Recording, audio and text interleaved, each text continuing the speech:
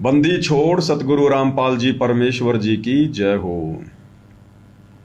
परम पिता परमात्मा सारी सृष्टि के रचनहार कुल मालिक असंख्य ब्रह्मांडों के स्वामी जगत गुरु तीनों लोकों में प्रवेश करके सबका भरण पोषण करने वाले राजाधिराज आत्माधार नाथों के नाथ देवों के देव महादेव सर्वेश्वर महेश्वर मृत्युंजय अजरो अमर आदि अनादि सनातनी प्रभु जगत पिता जगदीश्वर श्री श्री 1008 की उपाधि के वास्तविक अधिकारी अकाल मूर्त सौद स्वरूपी राम वासुदेव सर्वगतम ब्रह्म परम पूज्य प्रथम पूज्य परम संत परम पुरुष परम धनी परम दयालु सत्य कबीर हक्का कबीर अल्लाहु कबीर अल्लाहु अकबर बाखबर अल्लाह ताला जगत के तारणहार जगत के मुक्तिदाता जगत के जगन्नाथ हारे के सहारे हिंदुओं के राम मुसलमानों के अल्लाह सिखों के वाहिगुरु ईसाइयों के मसीह दया के सागर दया निधि करुणा के सागर करुणा निधि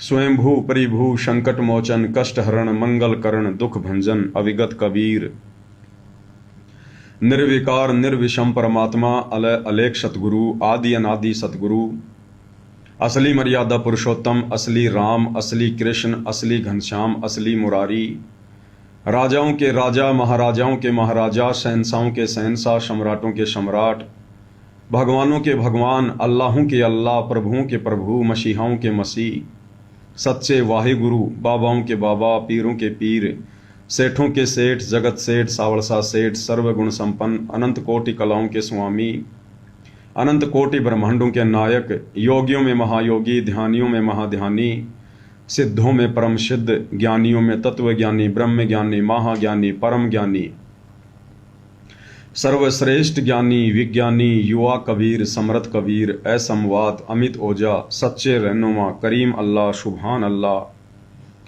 दुनिया के अंतिम पैगंबर 8 सितंबर 1951 से गांव धनाना जिला सोनीपत हरियाणा भारतवर्ष की पावन भूमि पे प्रकट रियल कल की भगवान श्री नारायण साकार हरि श्री बाबा साहेब नूर आनंद परमात्मा सच्चे दरवेश सच्चे बाखबर संत श्रोमणी सतगुरु रामपाल जी परमेश्वर जी के चरण कमल में साध संगति से जुड़े हुए देश विदेश से आप और हम सभी सत्सेवक भाई बहनों का अनंत कोटि दंडवत प्रणाम।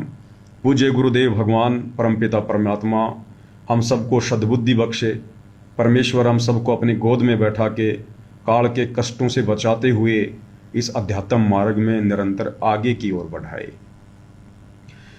भाइयों और बहनों, हम वीडियो की शुरुआत करने से पहले जो गुरुदेव भगवान की महिमा करते हैं उनका जयकारा लगाकर, यह कोई सामान्य जयकारा नहीं होता है, कोई सामान्य महिमा नहीं होती है। इससे परमात्मा प्रसन्न होता है।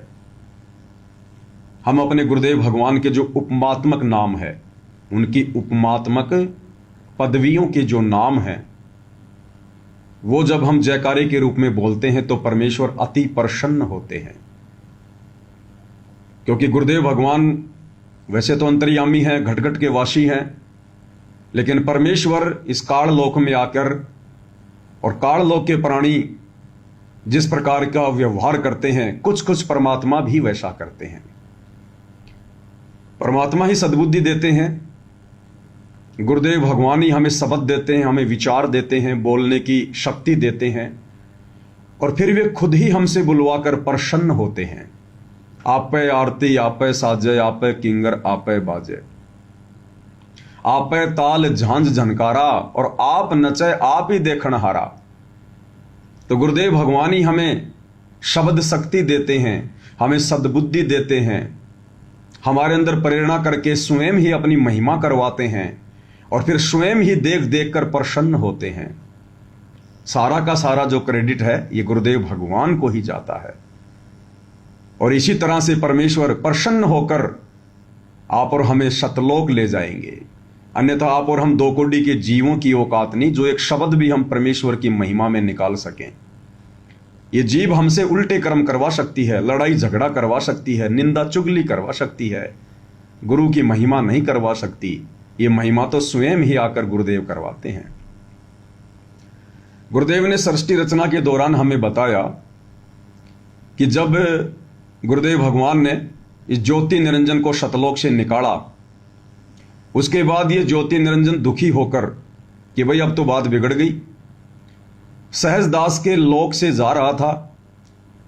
इसने सहजदास से प्रार्थना की, विनती की, कहा कि आप जाइए और पिताजी से मेरे लिए क्षमा याचना कीजिएगा, मेरी अरदास लगाइएगा कि मैं दोबारा फिर ऐसी गलती नहीं करूंगा भविष्य में, मुझे माफ करें। सहजदास ने कहा भाई ठीक है, मैं पहले समर्थ से प्रार्थना करूंगा, उसके बाद कुछ बताऊंगा। डायरेक्ट उसने उसका विमान वहां नहीं रोका, कहा भाई थोड़ी देर रुक जा, मैं अभी पिताजी से बात कर देता हूं। तो वहां तो सिद्धियां हैं, वहां तो सेकंडों में परमेश्वर से ध्यान लगता है, बातें होती हैं। तो सहजदास, क्योंकि वहां पर सबका जो शरीर है वो शब्द स्वरूपी है, सेकंडों में परमेश्वर के पास में पहुंच गए, गुरुदेव भगवान के पास में, और जाकर जो बात उनको कहनी थी ज्योति निरंजन के विषय में, उसको वहां रोकने के विषय में, उससे पहले गुरुदेव ने बताया कि सहजदास ने सत्य पुरुष का जयकारा लगाया, उसकी वंदना की, उसकी स्तुति की कि हे परमपिता परमेश्वर, सारी सृष्टि के सर्जनहार, कुल मालिक, असंख्य ब्रह्मांडों के स्वामी, जगत गुरु, तीनों लोकों में प्रवेश करके सबका धारण पोषण करने वाले, राजाधिराज, आत्माधार, नाथों के नाथ, देवों के देव, महादेव, सर्वेश्वर, महेश्वर, मृत्युंजय, अजरो अमर, आदि अनादि, सनातनी प्रभु, इस प्रकार से। उसके बाद में सत्य पुरुष ने सहजदास से कहा कि मांगो, क्या मांगते हो, क्यों आए हो, क्या काम है। उसके बाद में सहजदास ने प्रार्थना की कि पिताजी आपका एक नौकर है धर्मराय, एक नौकर है ज्योति निरंजन, और वो मेरे लोक में अपना विमान उतारने की बात कह रहा है, प्रार्थना कर रहा है। हे पिताजी आपकी क्या आज्ञा है। देखो फिर हमें गुरुदेव ने इसी सत्संग में बताया कि सहजदास ने डायरेक्ट नहीं कहा कि पिताजी क्या मैं ज्योति निरंजन का विमान अपने लोक में रोक लूं, ये नहीं कहा। कहा कि हे पिताजी क्या आज्ञा है। वो वहां पर खड़ा हुआ है, हे पिताजी आपकी क्या आज्ञा है, डायरेक्ट नहीं कहा क्या मैं उसके विमान को रोक लूं, उतार लूं। जैसा वर्तमान में गुरुदेव के पास हिसार जेल में प्रार्थनाएं जाती हैं उनके परिवार की, बेटा बेटी, भाई बंधु, रिश्तेदारों की, राजनेताओं से प्रेरित होकर, समाज वालों से प्रेरित होकर, और डायरेक्ट ये लोग गुरुजी को क्या बोलते हैं, गुरुजी अब की बार बीजेपी का हरियाणा में बहुत जबरदस्त माहौल है, और गुरुजी अगर हम बीजेपी को वोट दे देंगे, भक्तों से वोट डलवा देंगे, सपोर्ट करवा देंगे, तो गुरुजी आपकी जमानत हो जाएगी। ये लोग पहले ही अपना पूरा का पूरा मूड बनाकर जाते हैं, मूड बनाकर। अब सत्य पुरुष फिर क्या करेगा, ठीक है भाई कर लो जैसा तुम्हें उचित लगे।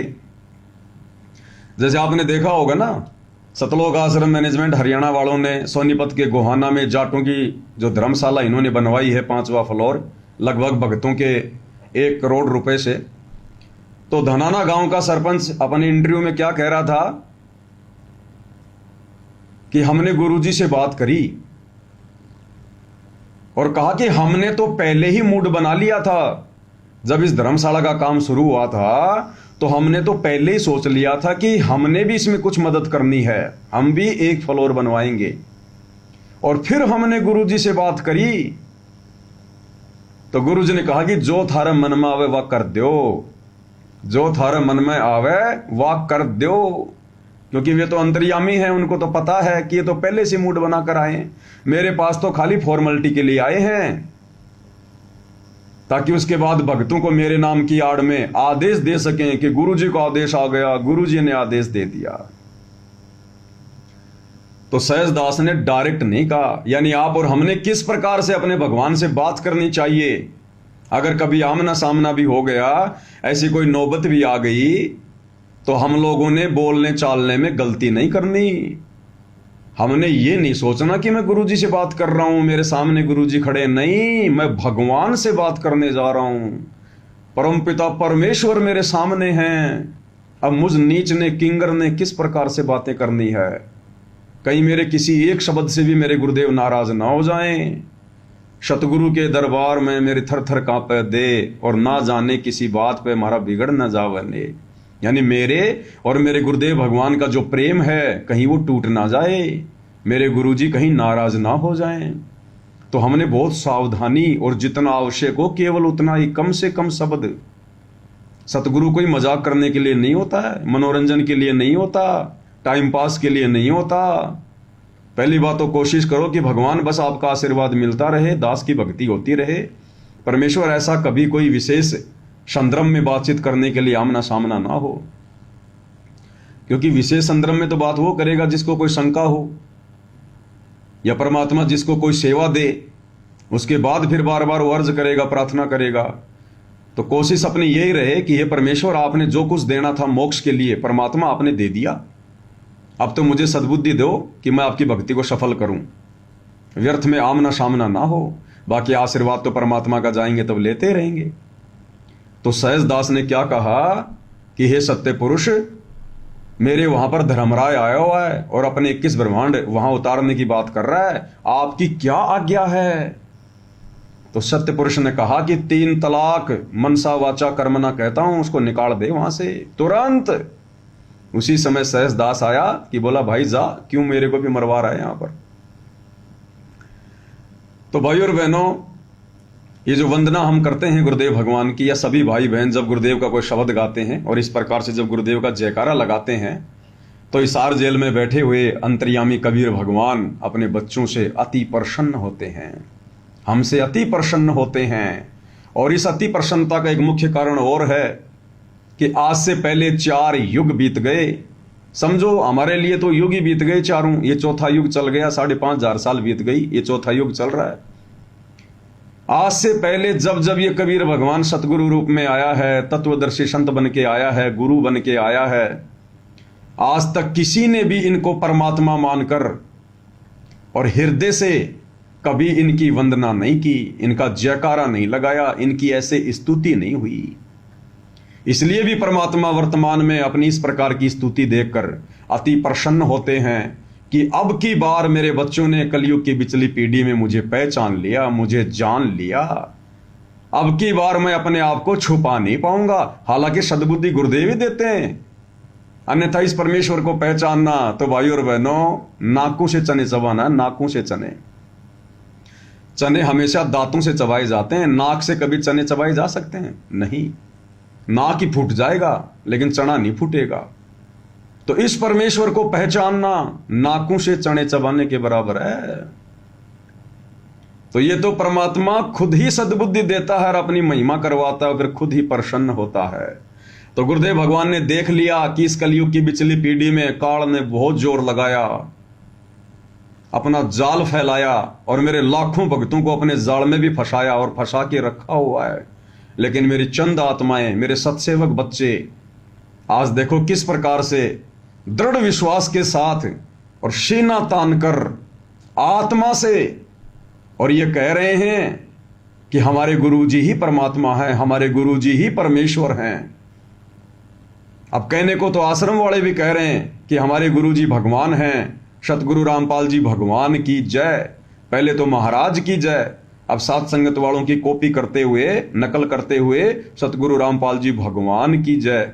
लेकिन नकल में भी अकल चाहिए, नकल में भी अकल की जरूरत पड़ती है। अब वो अकल इनके पास में नहीं है। खाली जयकारा तो सतगुरु रामपाल जी को भगवान कहकर लगाते हैं, लेकिन मानते नहीं हैं। अगर मानते कि हमारा गुरु ही कबीर है, सारी सृष्टि का मालिक है, तो फिर वो दाढ़ी मूंछ वाली कबीर जी की समझे जाने वाली नकली मुर्दा फोटो, उसका हर महीने जून में फिर कबीर प्रकट दिवस ना मनाते, उसको अपने घर पर दरबार में ना रखते, उसको दंडवत ना करते, उसके आगे ज्योति ना जलाते, अपने लॉकेट से उस दाढ़ी मूंछ वाली फोटो को हटा देते। जैसे सत्सेवक भाई बहनों ने सोशल मीडिया पर उस दाढ़ी मूंछ वाली फोटो को फाड़ फाड़ के वीडियो बना बना के आप सभी को दिखाया। दिखाने का मकसद क्या था? कोई पब्लिसिटी नहीं, किसी की बेइज्जती नहीं, आप भाई बहनों को जगाना, जो आश्रमों से जुड़े हुए हैं उनकी आंखें खोलना, अन्यथा हमने तो मान ही लिया गुरु को भगवान, तभी तो फोटो फाड़ी। लेकिन आप भाई बहनों को जगाने के लिए कि इतनी दृढ़ता, इतना विश्वास कि मेरा गुरु ही परमात्मा है, जब तक भगत के हृदय में नहीं होगा परमात्मा सतलोक की दया नहीं करेगा। तो भाई और बहनों, अब हमें और कैसे दृढ़ विश्वास हो कि वास्तव में सतगुरु रामपाल जी ही कबीर भगवान हैं।